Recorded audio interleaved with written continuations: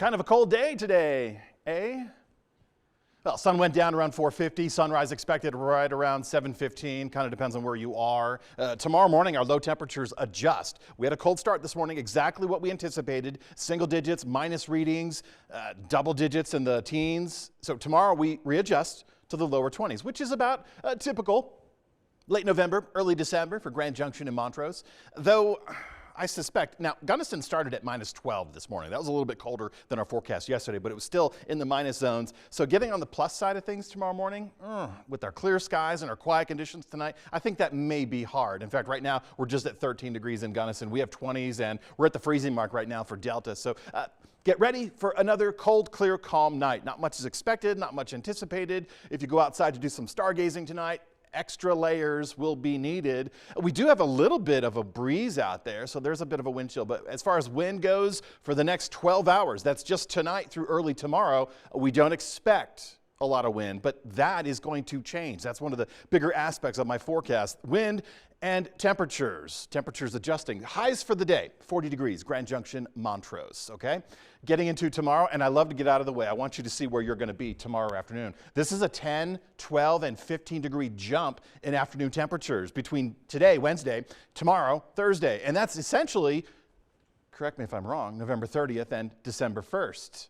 So transitioning seasons, we're doing so with big regard to warmer temperatures and, of course, windier conditions. And this is all courtesy of what's brewing in the Pac Northwest. The Pacific Northwest, another storm system. Not tonight, not for us.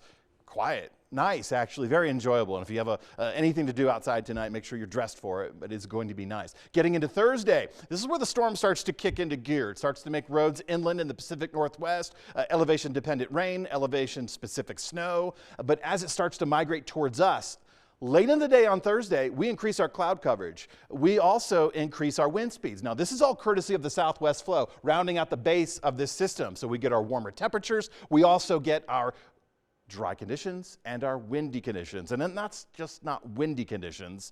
We're going to get gusty around here. And then once we get into Thursday night and early Friday morning, that's where we get the bulk of the system. By Friday afternoon, this is already going to be clearing out. So it's a quick moving system. It will put snow in the mountain zones. In fact, we are going to be looking at snow beginning in those mountain zones Thursday night, but just spotty. The bulk of the activity is still going to be waiting into midnight and early Friday morning. And then that's going to be it. It's going to pass right through.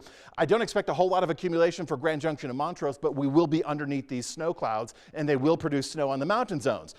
Before that begins, midnight Thursday, we have to deal with the wind situation. Now, we already have high wind advisories on the Front Range, on the lee side of the Rockies. That's expected. Red flag warnings all the way down to the southeast corner of Colorado. Winter storm watch for the Grand Mesa. Now, this is going to upgrade to a winter weather advisory highlighted in purple, and that may include the Uncompahgre Plateau. And probably, we may see some winter storm warnings in the northern zones. So that's another 12 to 24 hours of the National Weather Service evaluating this system. I don't think we'll get wind advisories locally, but we don't have burn permits until next spring, but we do allow ag burning, and tomorrow is not the day. Late Thursday, early Friday, not the day to do so, because we're going to be talking about a lot of wind. Primarily, the strongest winds will be felt on the Front Range foothills and in the elevated sites. Mesas and plateaus are included. But once we get to Thursday afternoon, yeah, highlighted in yellow and green, that's 20, 30 mile per hour wind gusts. So we do expect a gusty move out of this, and some of the stronger wind speeds locally up on the Grand Mesa, up on the Uncompahgre. So if you're driving, you have a high profile vehicle, late Thursday, Thursday night into early Friday, not only are you going to encounter snow, but you're going to be dealing with some wind. So just keep that in mind. Also, this last windstorm we had put down all the leaves, put down some branches, loosened up some branches.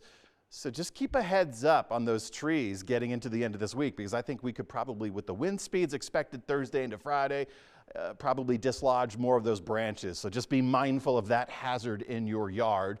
We do see a potential for a rain-snow mix transition early Friday morning. So Friday morning commute, probably a little sloppy, but we warm up nicely on Thursday. We maintain good warmth. We do it again on Sunday with the next system coming in, though the Sunday-Monday storm system is trending weaker.